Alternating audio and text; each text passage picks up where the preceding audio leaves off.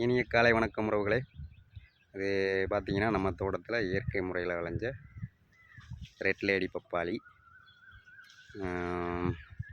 இதே மாதிரி நம்ம தோட்டத்தில் நாட்டு ரகங்கள் இருக்குது, நிறையவே இருக்குது.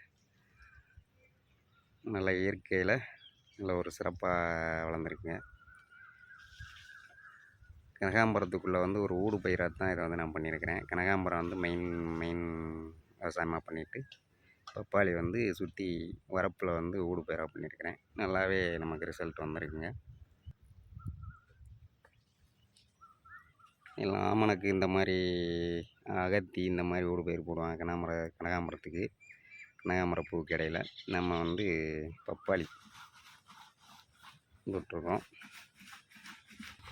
இது வந்து நாட்டு ரக பப்பாளி.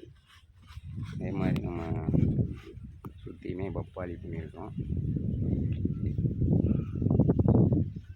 கனகாம்பரம் இடையில வந்து நம்ம பப்பாளி சுற்றி வரப்பு பயிராகவும் பண்ணியிருக்கிறோம், அறுவடையும் பண்ணியிருக்கிறோம். நல்லாவே ரிசல்ட் வந்துட்டு இருக்குங்க எல்லாத்துலேயுமே.